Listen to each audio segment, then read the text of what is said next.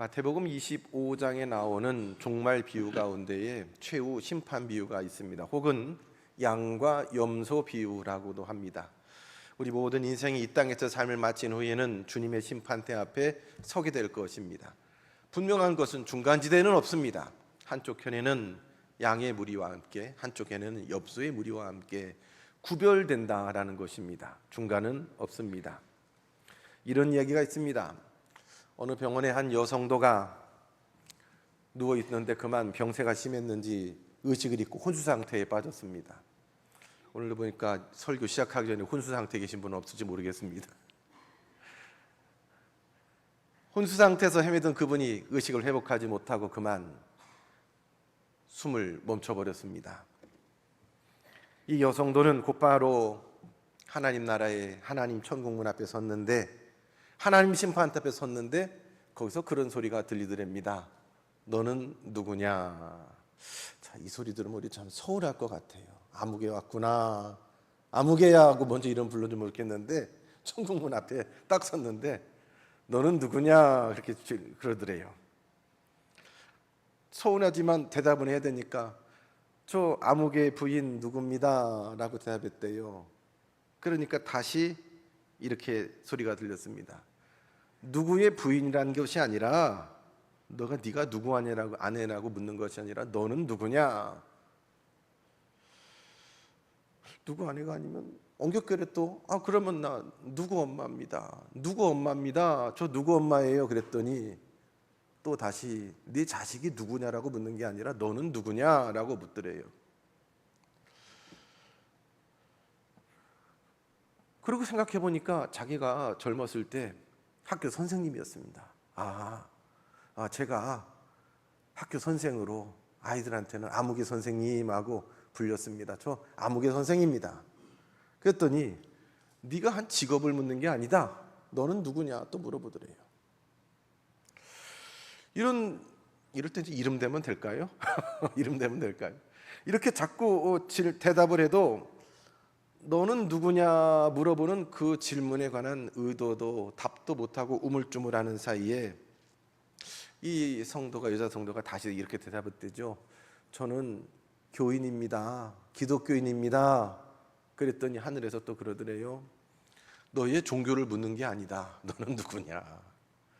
갈수록 태산입니다. 그래서 당황해가지고 다시 저 매해 주일 교회 나갑니다. 교회 가서 봉사도 하고요, 헌금도 꼬박꼬박 하고요, 제 주변에 약한 사람, 가난한 사람 제가 늘 돌보았습니다. 이쯤 되면 그랬구나 할 만도 한데 또 네가 한 일을 물어보는 게 아니다. 너는 누구냐 또 그러더랍니다. 결국 너는 누구냐라는 그 질문에 나는 누굽니다라는 답을 찾을 수가 없었습니다. 그 질문에 그만 대답하는 일에 실패했습니다. 실패한 벌로 천국문에 들어가지 못하고 다시 해가지고 생명을 호흡하고 다시 호흡이 시작되고 이 땅에 돌아왔답니다. 깨어났는데 이 일로 인해서 이 병이 다행히 회복되고 난 후에 이 여인은, 이 성도는 늘 그걸 잊지 않았습니다. 생생하게 내가 누구인가, 나는 누군가.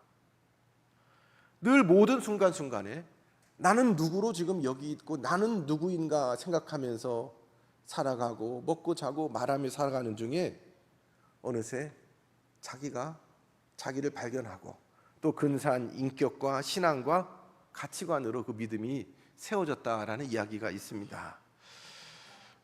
성도 여러분, 여러분은 누구세요?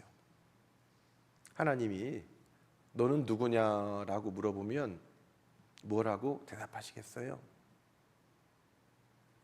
오늘 본문에 보면은 악귀 들린 사람이, 귀신이 어떤 한 인생에 들어가서 예수 이름을 명하노니 물러가라, 바울 흉내를 내면서 귀신을 쫓아내려는 하는 그들에게 내가 예수도 알고 바울도 아는데 너희는 누구냐 그래. 너희는 누구냐.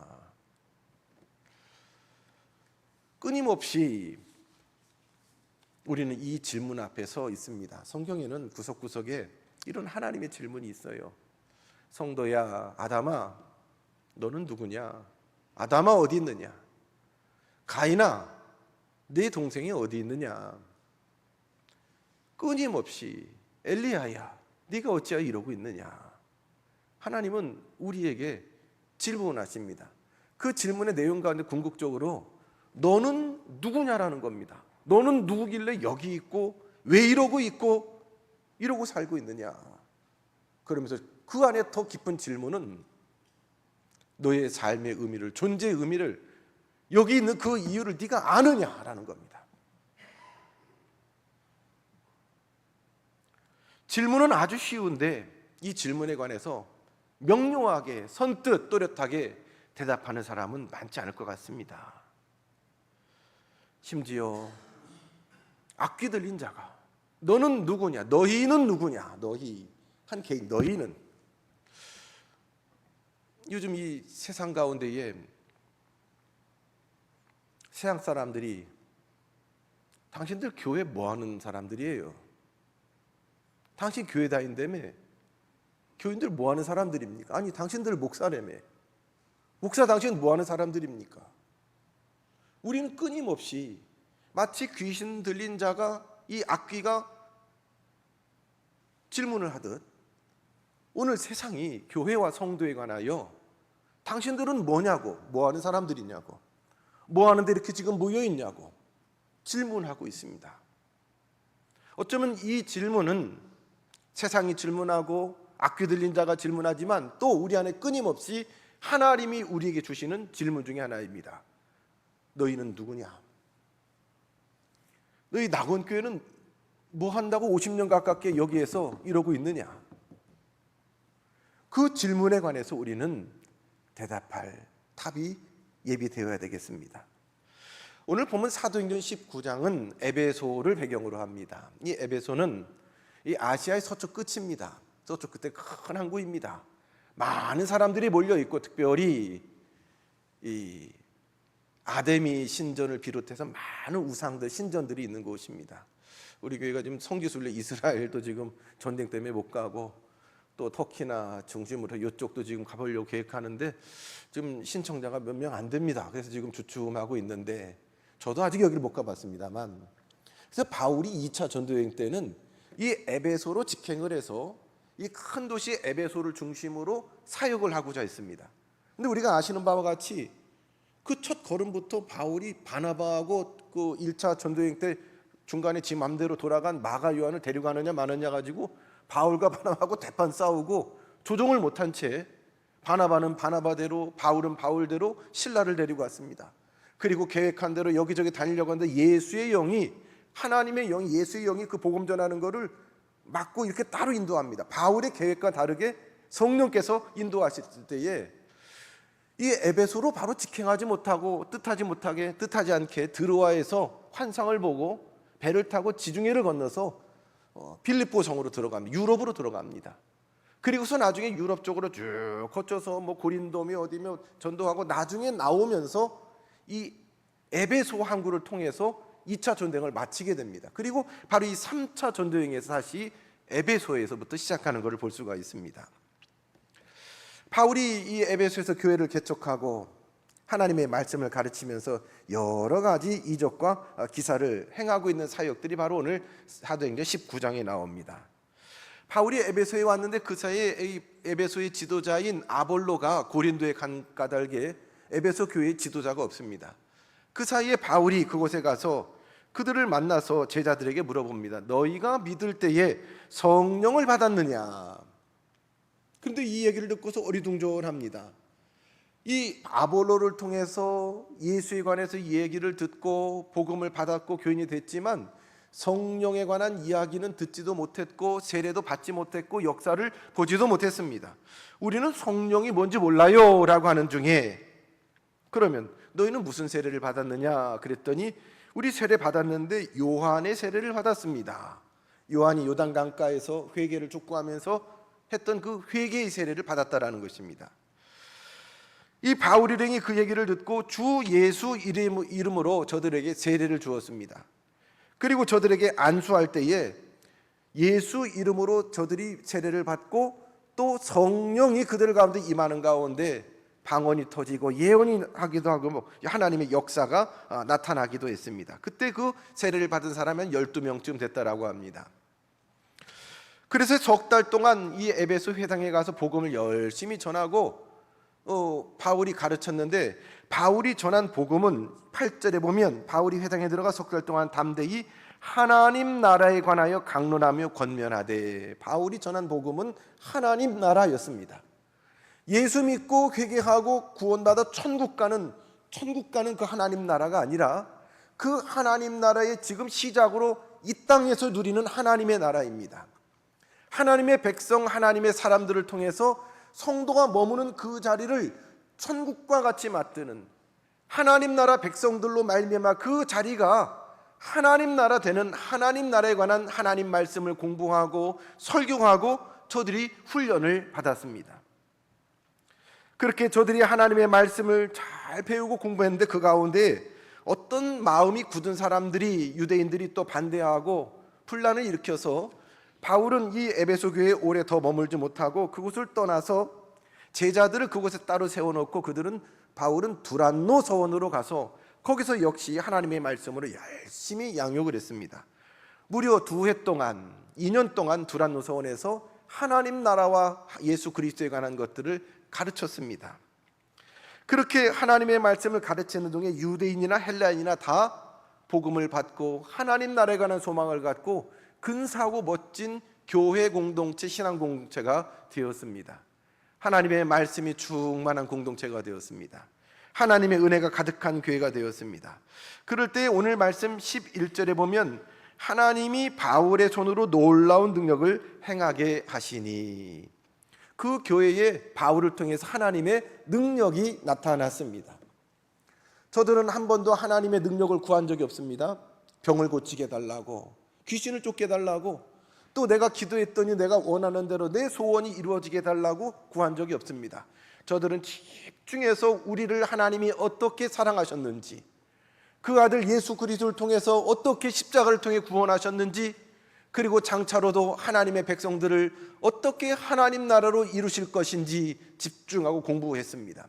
그랬는데 그렇게 하나님에 관한 지혜와 하나님의 나라에 관한 지식이 쌓이는 즈음에 바로 이 두란노 서원에 이 저들 가운데에 하나님의 능력이 바울을 통해서 나타났습니다. 이 바울의 능력이 나타날 때에 바울의 손수건이나 앞치마를 대기만 해도, 만지기만 해도 병이 낫고 온전케 되는 놀라운 역사가 있었습니다.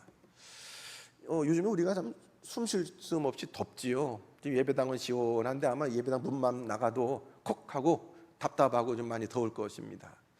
이 성경의 배경이 되는 이 지역은 아마 우리보다 더 덥습니다. 그래서 이쪽 근동 지방에는 아예 낮 시간을 자는 시간이 있습니다. 일을 멈추고 잡니다.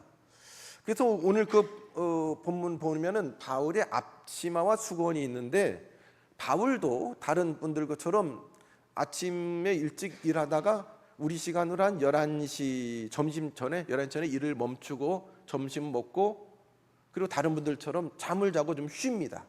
그래서 약간 선선해질 쯤 한 오후 4시쯤 되면 또 일어나 가지고 저들이 일을 하는 겁니다. 그런데 이 두란노 서원 사람들은 바로 그 시간, 남들이 한참 더워서 쉬는 그 시간에 모였습니다. 모여서 하루에 한 5시간 정도, 오전 11시부터 오후 한 5시까지, 4시까지 남들이 쉬고 자야 또 일을 해야 되는데, 그 시간에 그 고달픈 몸을, 피곤한 몸을 가지고 모여서 그들은 하나님의 말씀을 공부하고 하나님 나라에 관한 소망을 가지고 저들이 훈련을 받았습니다. 저들도 인생입니다. 쉬고 싶습니다. 피곤합니다. 지칩니다. 그런데 하나님의 말씀을 지친 몸과 마음을 가지고 나와서 공부하고 소망하면 소망할수록 어디서도 잠으로 줄 수 없는 또 다른 회복의 은총을 주시고 새 힘 주시는 것들을 저들은 경험합니다. 오늘 바울이 능력을 행했던 손수건은 아마 땀이 흘리면은 땀을 멈추게 해서 머리에 이렇게 맸던 그런 수건이었을 것입니다. 앞치마는 밥할 때 그냥 매는 주부들은 그 앞치마가 아니라 인부들이 일할 때에 옷 위에 입는 작업용 앞치마일 가능성이 높습니다.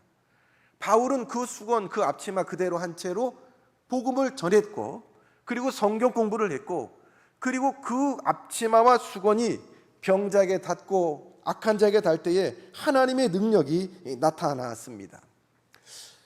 이 에베소에는 우상이 말도 못했습니다. 여러분 가끔 우리 외국에 나가서 여행하시는 성도들 보면은 우리랑 그 다른 뭐 불교 국가나 회교 국가나 뭐 모슬렘 이쪽 국가 가면은 공항에 딱 느끼는 순간부터 어떤 성도님들은 그래요. 이 나라의 영적인 기운이 느껴진다 그래요. 네? 공항에 내리면 어떤 공항에는 큰 불상이 딱 있는 공항도 있고 그들의 전통의 어떤 뭐 무슨 향 냄새가 좀 나는 것도 같고 그래서 모처럼 들뜬 마음으로 여기 딱 내렸는데 영적인 기운이 신앙적인 기운이 이게 교감이 안 되고 불편한 데가 있어요.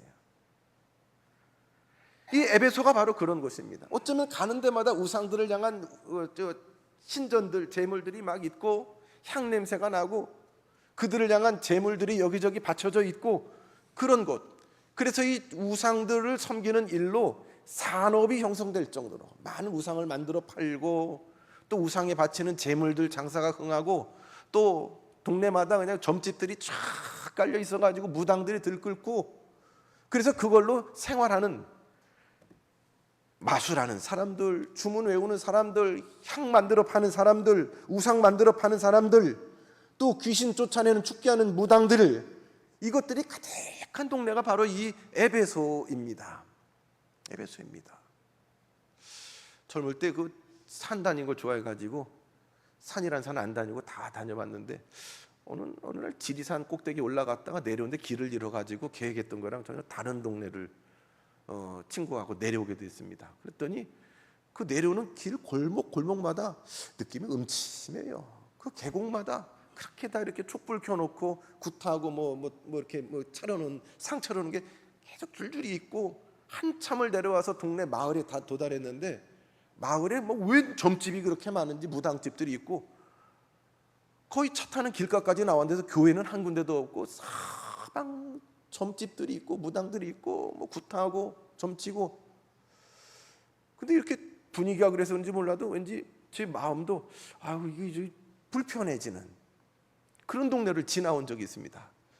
그게 뭐 좀 이게 연관이 될지 모르겠는데 나중에 알고 보면 그 동네가 그 옛날 우리 역사 가운데 지리산에 그 빨치산이라고 들어가서 하시던 분이 국군에 막 토별되고 많이 거기 살상이 이루어졌던 동네가 그 동네랍니다. 어쩌면 이 에베소에 느껴지는 공기는 우리 신앙인이 가면 왠지 불편하고 껄끄럽고 거기 음식도 좀 먹기가 좀 불편하고 뭐 사람을 만나도 그렇고 공기조차도 불편한 동네였을지도 모르겠습니다. 이 바울이 이 그런 에베소에서 복음을 전했습니다. 그러면서 이 좀 악한 것들로 귀신들로 우상들로 가득한 그것이 더 이상 우상들이 점령된 그런 그런 공간이 아니라 하나님의 나라, 하나님의 백성들로 하나님의 말씀으로 하나님의 영으로 가득한 곳으로 하나님이 꿈꾸시는 곳으로 바꿔나가는 일에 바울은 그 사역을 감당했습니다. 그래서 에베소서 6장 12절에 보면 바울은 자기가 싸우는 싸움에 관해서 이렇게 얘기해요. 우리의 씨름은 혈과 육에 대한 것이 아니요 정사와 권세와 세상 주관자들과 하늘에 있는 악의 영들에 대함이라. 이 영적 싸움이에요. 이게요. 영적 싸움. 누가 이 도시를 지배하고 있는가? 이 도시의 사람들이 무엇에 사로잡혀 있는가? 우리가 살고 있는 부천은 어떤 도시입니까? 우리가 사랑하는 조국 대한민국은 무엇에 붙들려 무엇을 바라보고 살아가는 백성입니까? 이 에베소는 마술과 악령과 악한 마법이 우상과 사슬이 가득한 곳이었습니다. 그들의 배후에는 사단의 세력이 있었고 귀신 역사가 마귀 역사가 가득한 곳이 바로 이 에베소였습니다.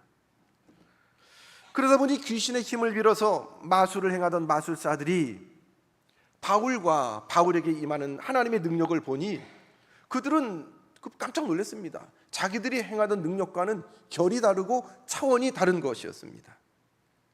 그래서 이 오히려 우상 섬기던 무당들, 마술사들 이 사람들이 바울을 통해 나타나는 하나님의 능력을 주목하기 시작했습니다. 역설적이지요. 저건 우리랑 컬러가 다른데, 파워가 다른데, 근원이 다른데. 여러분, 우리 그런 말 하잖아요. 귀신이 귀신같이 한다고요. 귀신이 귀신같이 한다고요. 저들이 먼저 알아봤습니다. 그리고 저들을 주목했습니다. 저들이 바울과 그 일행을 주목했습니다. 어떻게 저런 능력이 나오는가, 어디서부터 나오는가 봤더니 어쩌면 바울이 예수님처럼 손을 들어 안수했을지 모르겠습니다. 그리고 그 바울이 이렇게 기도했을 것입니다. 내가 나사렛 예수 이름으로 명하노니 귀신아 물러가라. 내가 나사렛 예수 이름으로 명하노니 온전해질지어다. 잘 봤어요. 아, 저거구나. 저러면 저기 나오는구나. 그래서 마술하는 사람들이 똑같이 한번 연습했습니다. 흉내냈습니다. 집에 가서 똑같이 거울 보고 서로 마주보고 연습했습니다. 목소리도 비슷하게 흉내냈습니다. 과거에 우리 한국교회에 기도원 운동이 있었고 부흥회도 많이 했잖아요. 근데 나중에 좀 변질될 때 부흥사님들 복장들 보면은 다들 머리는 기름 발라가지고 다 이렇게 이마에 넘기고 또 다 하얀 양복 입으시고 넥타이는 무슨 색이요? 빨간색 넥타이 딱 매고 구두도 하얀 구두, 백구두 딱 하고 이런 마이크 안 써요. 뭐 이런 거 들고 다니면서 그리고 목소리는 어떻게 해요? 제 목소리. 그거 아마 이거 모아가지고 훈련하고 연습시키는 기관도 있었던 것 같아요. 어쩌면 이 마술하는 사람들이 바울 일행을 보고 바울처럼 표정도 제스처도 팔 각도까지 맞춰서 바울이 하는 기도문까지 똑같이 마치 주문처럼 했을 것입니다. 뭐라고요?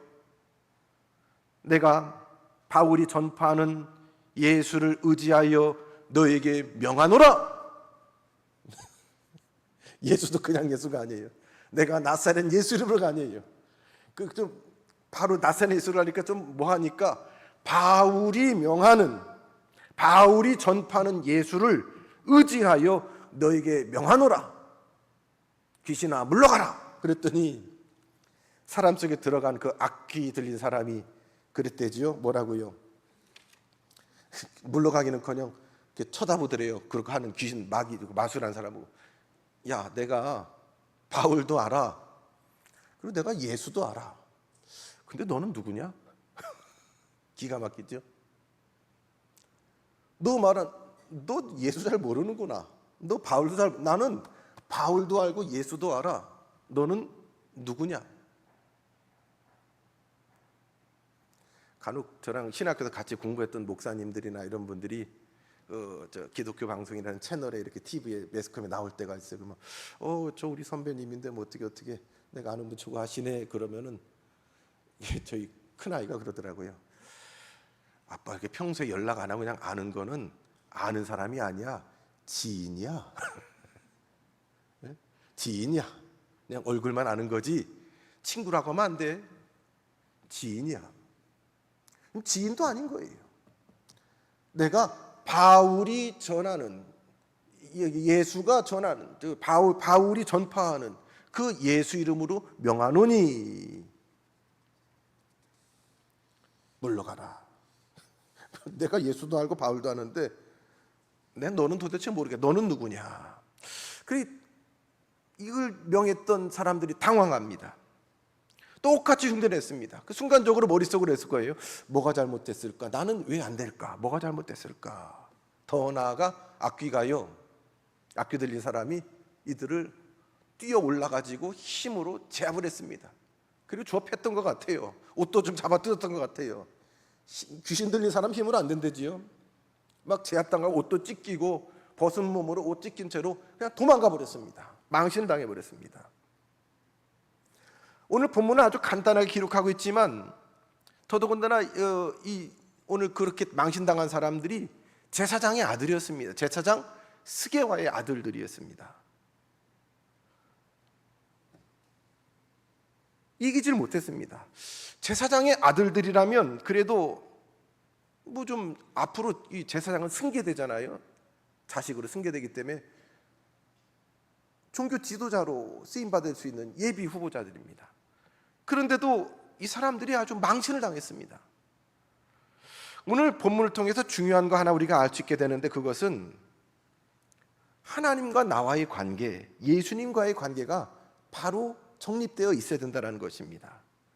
이 사람들은 제사장의 아들이고 제사장이 될 사람들이었습니다만 지금 그들은 하나님을 알지 못합니다. 그들이 하나님을 알지 못하고 예수님을 만난 적이 없습니다. 성령 세례도 경험해 보지 못했습니다. 한마디로 디모데후서 3장 5절에 바울이 디모데에게 말한 것처럼 경건의 모양은 있으나 경건의 능력은 없는 사람들이 바로 이런 사람들 아닙니까? 신학교 다닐 때 일주일에 4번을 체프를 합니다. 화, 수, 목, 금 체프를 하고 또 교회에서 사역을 하다 보니까 하루에 예배 없는 날이 없고요. 하루에 예배를 몇 번씩 드린 날도 많다 보니까 어떤 때는 참 무감각하게 예배하는 날도 많고, 늘 신학교 와서 채플 시간에 설교하는 교수님 혹은 외부 강사 목사님들은 그 말씀이 그 말씀이에요. 뭐 좋은 사역자로 쓰임 받으려면 이렇게 하라고 하고 자기 자랑도 하고 막 그래. 참 별로 감동이 없어서 어느 날은 그 채플 시간 저 맨 뒤에 저쪽 뒤쪽에 두 줄에 이렇게 쭉 우리 친구들하고 쭉 앉았는데, 외부 목사님 와서 설교하는데 고개를 숙이고서 우리끼리 키득키득 떠들고 서로 뭐 낙서도 하고 떠들고 그랬지요. 근데 그 예배를 채플을 예배를 인도하던 사회를 보던 그 교수님이 그게 참 민망하고 안 됐던 모양이에요. 그래서 설교하셨던 목사님 축도 다 끝나고 내려가신 뒤에 후주까지 다 끝났는데 사회 보셨던 그 여자 교수님이 다시 이렇게 딱 올라오셨어요. 그러더니만 저기 나가기 전에 저 뒤에 두 줄 잠깐 좀 너희들한테 할 말이니까 너희들 남아. 그리고 채플 끝나고 못 나가고 그냥 앉아 있었습니다. 다 나간 다음에 우리 둘을 보고 강대상에 딱 서서 그 여자 교수님이 그랬어요. 얼마나 민망했겠습니까? 외부 강사 모셨는데 예배드리는 태도가 엉망이어서 떠들고 아마 지금 같으면 핸드폰 보고 다 그랬을 거예요. 한참 꾸지람을 들었습니다. 그래서 맨 마지막에 그 여자 교수님이 그 얘기를 해요. 이놈들아, 경건할 자신 없으면 경건한 척이라도 해. 그러면 나중에 경건해져. 경건하지 못하면 경건한 척이라도 해. 그러면 나중에 경건해져. 그날 그 교수님이 그 얘기가 벌써 수십 년 지났는데도 저는 늘 제 귀에 이렇게 지금도 생생하게 울려 퍼집니다. 경건하지 못하면 경건한 척이라도 해라. 그러면 하나님이 경건의 은혜를 주신다라는 거예요. 그 얘기를 늘 마음에 둬서 그런지 그때보다는 지금 좀 경건해진 것 같습니다. 경건의 껍데기 있습니다. 그러나 그 안에 경건의 알맹이가 없습니다. 귀신이 귀신같이 압니다. 그래서 그들은 수모를 당합니다.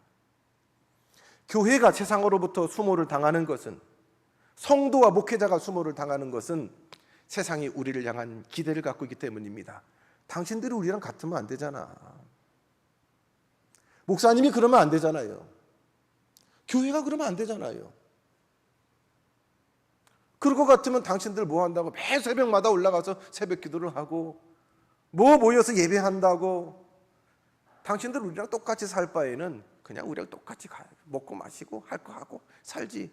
뭐 다른 사람들처럼 뭐 그러는데 그럴 것 같으면 당신들 뭐야? 라고 우리한테 질문하지 않습니까?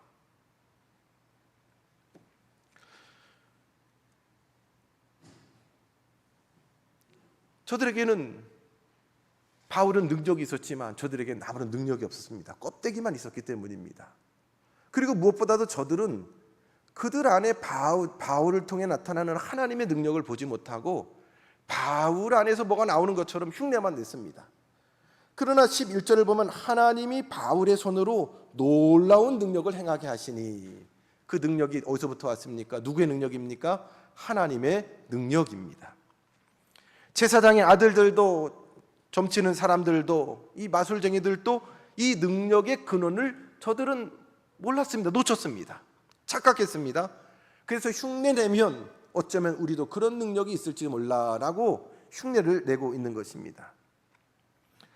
그들이 바울과 같은 능력을 행하려면 능력의 근원이신 하나님 앞에 능력의 통로로 쓰임받을 수 있어야 되지 않았겠습니까? 그러나 그들은 주님과 아무런 관계없이 주님의 이름만 주문 외우듯 부르면 되는 줄 알았습니다. 그러나 그들은 예수님을 알지도 못했고 하나님을 알지도 못했고 상관없는 사람이었습니다. 그러면서 그들은 악귀 들린 자에게 내가 바울이 전파하는 예수의 이름을 의지하여 너에게 명하노라 라고 얘기했습니다. 이 헬라어 원어를 보니까 명하노라가 명령형이 아니에요. 그들이 말한 명하노라는 부탁합니다. 한번 나가주세요. 지금 귀신한테 간청하고 있습니다. 한번 나가주시면 안 될까요? 좀 제발 좀 나가주세요. 부탁하고 있습니다.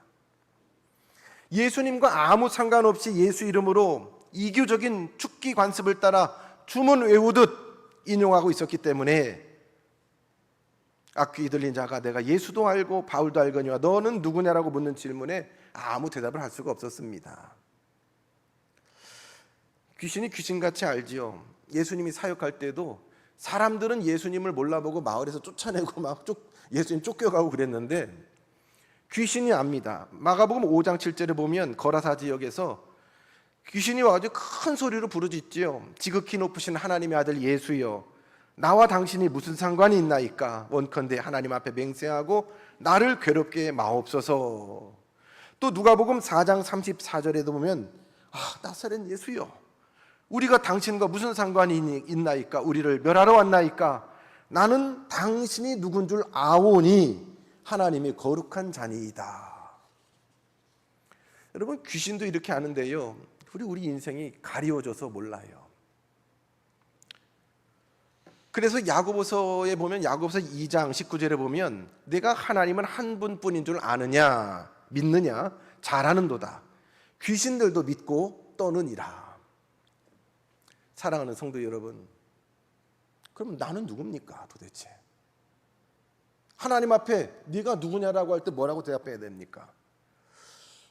철학자 소크라테스가 더 자신을 하려고 그런 말을 하기도 했습니다만, 내가 누군지 성도로 하나님의 자녀로 정체성을 모르면서 문득 예배한다고 와서 앉아있고 성도라고 앉아있고 직분자라고 내가 권사요, 내가 장로요, 집사요 하는 일들이 얼마나 많습니까?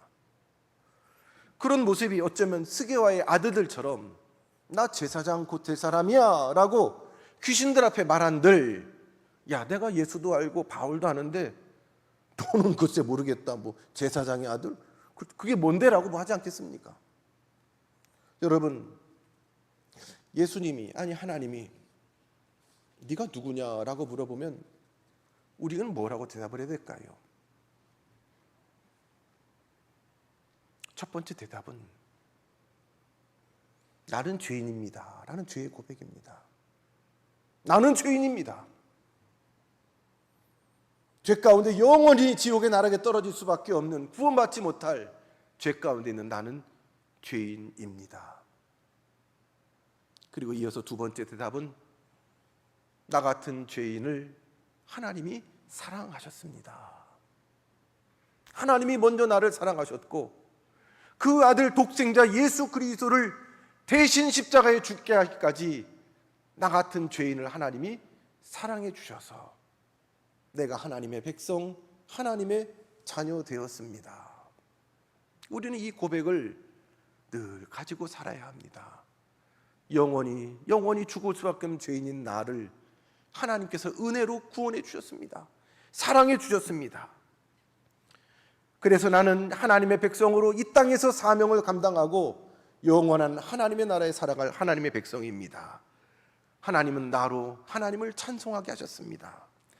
이사야 43장 7절에 무릇 내 이름으로 일컫는 자 곧 내가 내 영광을 위하여 창조한 자를 오게 하라. 내가 그들을 지었고 만들었느니라.